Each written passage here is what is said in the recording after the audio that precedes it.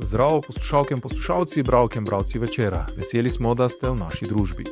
To je Večer zjutraj, prvi dnevni informativni podcast v Sloveniji, v katerem vam predstavljamo Večerove udarne novice dneva. Danes je četrtek, 24. april 2025. Z vami sem Mitja Sagaj. V nadaljevanju. Peticija za vrnitev Zlatka Zahoviča. Kaj pravijo v NK Maribor, kdo je prvopodpisani in kaj na to pobudo pravi Zahovič. Strokovnjak za nekemične odvisnosti Miha Kramni svari. Tehnologija v otroški sobi ni kot sod vina, je kot jedrsko orožje. Kako sta Argentina in rodni Buenos Aires sprejela vest o smrti rojaka na čelu Vatikana papeža Jorgea Marija Bergoglja?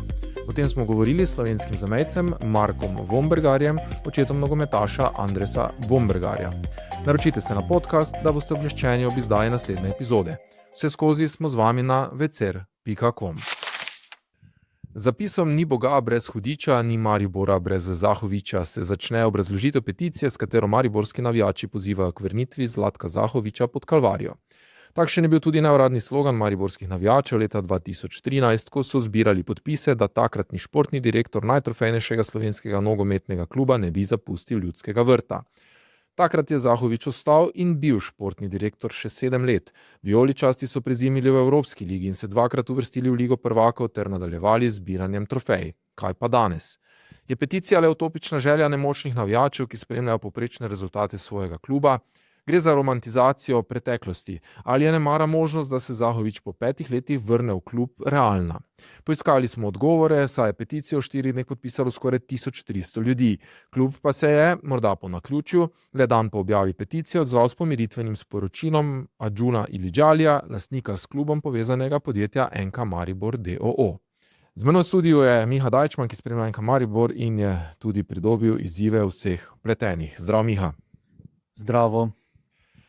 Morda za začetek, kdo je ustvaril peticijo, zakaj je ta sploh nastala, kakšen je v resnici njen namen in ali avtor peticije prav res verjame, da je povratek Zlatka Zahoviča mogoč. Je kar nekaj vprašanj v tem uvodnem delu. Najprej prvo podpisani pod peticijo je mariborski gostinec Sandi Sorko, imetnik sezonske vstopnice v Ljudskem vrtu že vrsto let, in v njegovem lokalu se mariborski navijači velikokrat srečajo, dobivajo pred tekmami, po tekmah, analizirajo vse skupaj ob kakšnem vrčku piva in on je ta, ki je podpisal kot prvi to peticijo in hkrati je mogoče eden od tistih, ki imajo utopične želje, da bi se Zlatko Zahovič vrnil v Ljudski vrt. Pogovarjal sem se z njim, rekel mi je, da je NK Maribor v tem trenutku v veliki krizi, da v svojih vodstvenih strukturah, vsaj v športnem delu, nima Mariborčana, nekoga, ki bi poznal specifiko tega okolja, in Zlatko Zahovič bil po njegovem mnenju prava oseba, ki bi lahko NK Maribor vrnila na pota stare slave oziroma pota, ki so bila zelo uspešna takrat, ko je Zlatko Zahovič deloval v Ljudskem vrtu. Če so te njegove želje ostalih navijačev, ki so podpisali peticijo, realne, iskreno mislim, da je ta scenarij zelo nerealen, da res gre za neko idejo navijačev, ki v tem trenutku nimajo dobene moči, da bi lahko klubu kakorkoli, z izjemo seveda navijanja na tekmah in neke podpore, ki jo izražajo klubu, kakorkoli pomagali. Torej, da pokažejo, da so tukaj, hkrati sporočajo trenutnemu vodstvu kluba, da pač jim je mar, da ti rezultati niso tako dobri, kot bi si pristaši Maribora želeli. Super, iz kluba sicer sporočajo, da to razumejo, ne? Ampak kljub temu verjetno gre zgolj za miritev strasti.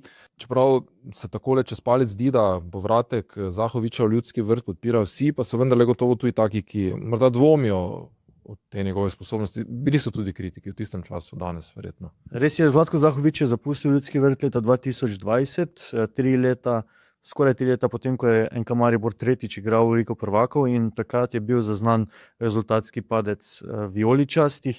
Hkrati se je podpisovalo tudi nekatere pogodbe, ki so bile rahlo dvomljive mogoče takrat, in mariborski navijači so bili, tako kot zdaj, pa mogoče kdaj celo v preteklosti, ob uspehih celo bolj kritični in so nekako sporočali v Ljudskem vrtu svojimi žvižgi tudi Zlatku Zahoviču, da se ne strinjajo z njegovimi potezami, morda tudi nekako že zavedeni vsi skupaj z vsemi temi uspehi, ki so se zvrstili v dobrem desetletju, kar je bil Zlatko Zahovič v klubu. Ja, zdaj Sorko trdi, da je 90% navijačev za vrnitev Zlatka Zahoviča, da pa marsikdo tega ne želi javno izraziti, ker je v preteklosti seveda bil za to, da Zahovič po dolgih letih zapusti NK Maribor. No, mi smo imeli anketo na naši spletni strani, tam je le 35% anketiranih, mislim, da jih je bilo več kot 660, izrazilo polno podporo Zlatku Zahoviču za vrnitev v Ljudski vrt. Tako da to je eno tako, sicer pač številka ni zdaj visoka, ampak je pa nekaj glas, ja. Ampak vseeno tudi, kako bi se ta povratek sploh lahko zgodil, ne? To je zdaj veliko vprašanje. Trenutno v klubu odločajo turški lastniki in mislim, da, vsaj moje mnenje je, da ti dve struji ne bi bili kompatibilni, kaj šele ob tem, ko vemo, da so v klubu tudi ljudje, ki so takrat sodelovali z Zlatkom Zahovičem, pa so nekako bili v tistem obdobju, ko je Zahovič odhajal, celo morda veseli, da je Zlatko Zahovič v tistem obdobju z vsemi nekaterimi aferami, ki jih je imel, in z tudi nekoliko slabšimi rezultati takrat odšel iz Ljudskega vrta. No, prav zato morda še k odzivom akterjev, ker se vendarle tudi iz NK Maribor uspel pridobiti nekaj odgovorov, tudi vodja nogometnih operacij. Kaj pravijo odločevalci v klubu danes? Mene je presenetil hiter odziv NK Maribora na ta vprašanja. Že to, da se je Adžuni Lidžali oglasil en dan, manj kot dan potem, ko je peticija ugledala spletno luč, se je v bistvu včeraj klub odzval z odgovori na sicer kratka vprašanja, zelo hitro. Tega nisem vajen v teh letih, kar sodelujem oziroma delam v povezavi z NK Maribor. In pod odgovore se je podpisal Čemba Zgul, omenil si ga, vodja nogometnih operacij pri NK Maribor. In presenetljivo veliko kreditov so podali zdaj v NK Mariboru Zlatku Zahoviču za opravljeno v preteklosti, hkrati dejali, da je vedno dobrodošel v Ljudskem vrtu. Dali pa tudi vedeti, da so zdaj oni tisti, ki morajo poprimiti za delo in so tisti, ki dejansko odločajo. Presenetilo me je to, da so tako pohvalili Zlatka Zahoviča, ker v zadnjih 5 letih se je marsikdaj zdelo, da nekako skušajo v NK Maribor zatajiti Zlatka Zahoviča pri vseh teh uspehih, ki so se v preteklosti zgodili, ker se pač struja v klubu, ki je ostala tudi po njegovem odhodu, takrat z njim ni razšla v najbolj prijateljskih odnosih. In seveda je prav, da pred koncem poveva še odziv Zlatka Zahoviča, ne? To je verjetno najpomembnejše v tej celi debati, o peticiji, tako da tudi njegov odziv si uspel pridobiti. Ja, pogovarjal sem se z Zlatkom Zahovičem, zdaj Zlatko Zahovič trenutno uživa v nogometnem pokoju in zdaj že več kot 5 let. Moram še omeniti to, da je vidno zdravstveno v boljšem stanju in tudi o tem sva govorila na začetku pogovora, no, ko pa sva se lotila tistih bolj resnih vprašanj, je poudaril, da mu zelo veliko pomeni, da so mariborski navijači prepoznali to dobro delo iz preteklosti. Ni sicer omenil teh žvižgov, ki jih je slišal v Ljudskem vrtu, ko je odhajal, malo pred tem, ko je odhajal, ampak je pa to mogoče skozi vrstice dal vedeti, ne?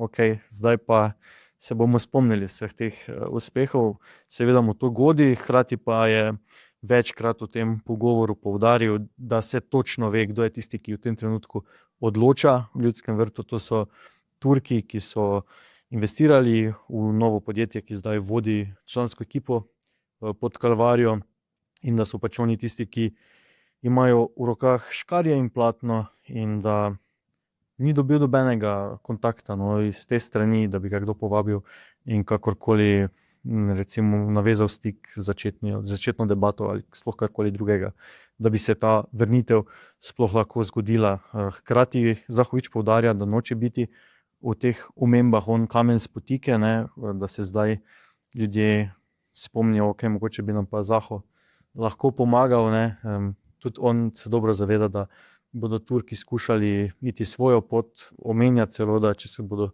ti Turki odločili, da bo pač Maribor šel v drugo ligo, da bo šel v drugo ligo, ne, ker je to zdaj, če ga citiram, njihovo stanovanje in oni odločajo, kaj se bo v njihovem stanovanju dogajalo. Vprašal sem ga, kaj pa če bi zdaj pa dobil klic s turškim predznakom, plus ne vem, koliko imajo Turki za klicno številko, no je rekel, da na hipotetična vprašanja on ne bo odgovarjal.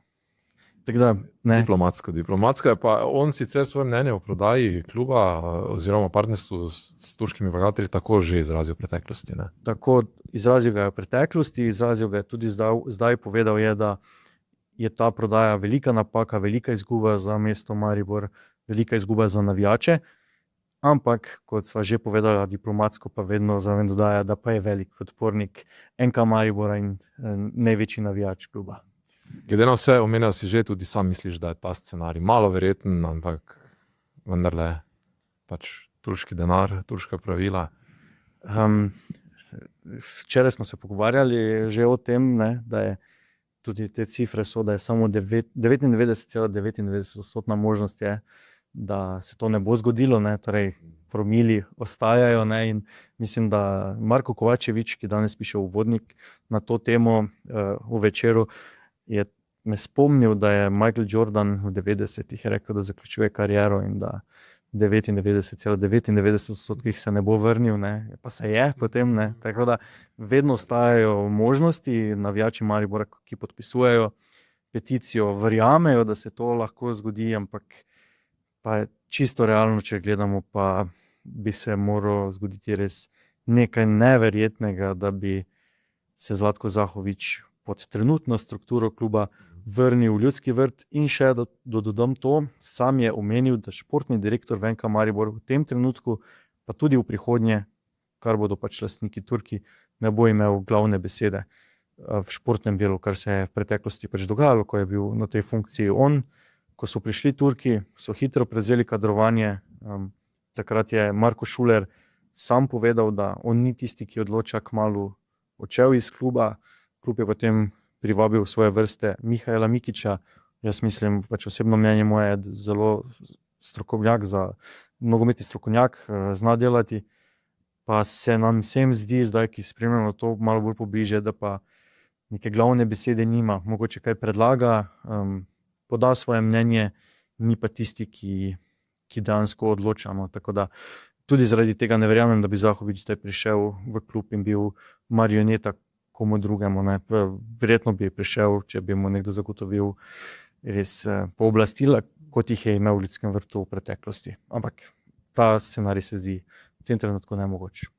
Super, hvala Miha za ta res izčrpen pogovor.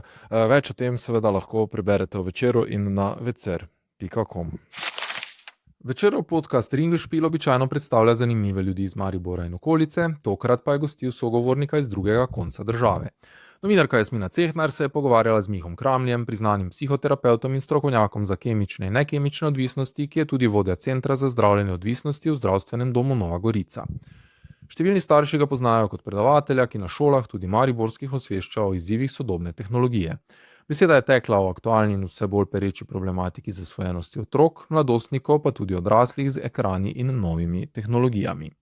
Govorila sta tudi o tem, kakšna naj bo družinska kultura uporabe sodobne tehnologije, kako pri otroku prepoznati znake pretirane rabe ali zasvojenosti s telefoni, igricami, pa tudi kako kot starš pravočasno ukrepati. Govorila sta tudi o tem, kakšna je, v navednicah, idealna družinska dinamika za razvoj nekemičnih odvisnosti. Celotnemu podcastu prisluhnite na platformah Spotify, YouTube in Apple Podcasts ter na vecer.com. Družina Vombergar je ena bolj s Slovenijo povezanih družin v Argentini, kjer sicer živi ogromna slovenska skupnost. Ljubitelji nogometa se boste spomnili Andresa Vombergarja, nekdanjega nogometaša Olimpije, ki je pred leti zaigral tudi za slovensko izbrano vrsto. Kot zanimivost povejmo, da Andres Vombergar danes igra za San Lorenzo v prvi argentinski ligi, torej prav za klub, za katerega je navijal v ponedeljek preminuli papež Frančišek. Po smrti papeža Jorgea Marija Bergolja smo navezali stik s staršema nogometaša Andrejko Selan Vombergar in Markom Vombergarjem. Oba se redno vračata v domovino svojih staršev.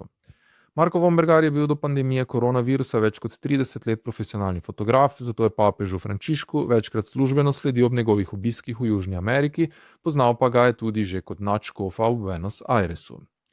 Naš sogovornik je za večer spregovoril o tem, kakšen odnos so imeli Argentinke in Argentinci do papeža Frančiška in kako so papeževimi domovini pričakali vest o njegovi smrti. Citiram. Tukaj je razglašenih 7 dni žalovanja, a med ljudmi in na ulicah nisem opazil, da bi ta novica bila v ospredju. Spominjam se, da ko je umrl Janez Pavel II, se je med ljudmi to bolj čutilo. V medijih je sicer papeževa smrt osrednja novica, na ulicih pa tega ni čutiti. Morda so ljudje to že nekako pričakovali. Velikega žalovanja ni. Ljudje tukaj so bili nad papežem Frančiškom najprej zelo navdušeni, potem pa se je to navdušenje poleglo. Veliko ljudi je tukaj, ki mu niso bili naklonjeni, čeprav ga spoštujejo. Predvsem med ljudmi, ki redno hodijo v cerkev, ni bilo navdušenja nad njim. Papež Frančišek se nikdar ni vrnil v domovino. Vtis smo imeli, da je za to tudi veliko političnih razlogov. Nam je med drugim povedal Marko Vombergar, ki je nanizal še nekaj anekdot povezanih s papežem Frančiškom. Danes izide še Večerov podcast Moj uspeh z gostincem in poslovnežem Aljošo Markovičem, prvim človekom Baščaršije, ki ima svoje etnohiše v Mariboru, Ljubljani in Kopru. Sogovornik med drugim razkriva, kako zahteven je gostinski posel in kako ga je mogoče kar najbolje optimirati, da je izkušnja za goste še vedno izjemna, za zaposlene pa delo manj naporno. Vabljeni k poslušanju. To je bil večerodnevni podcast Večer je zjutraj 24. aprila 2025. Z vami sem bil Mitja Sagaj. Kakovostno novinarstvo lahko podprete, da se naročite na tiskani in spletni Večer, postanete naš sledilec in bralec na družbenih omrežjih, naročnik naših podcastov in newsletterjev. Kako boste podprli novinarstvo, ki prinaša avtentične vsebine, ki jih pripravljajo naši novinarji in jih drugje ne boste našli. Želimo, da razumete, kako se vrti svet. Želimo vam odstreti vpogled v čas in prostor, v katerem živimo. Veseli bomo vaših komentarjev, pobud in kritik na različnih kanalih. Naročite se na Večer je zjutraj. Se beremo in slišimo.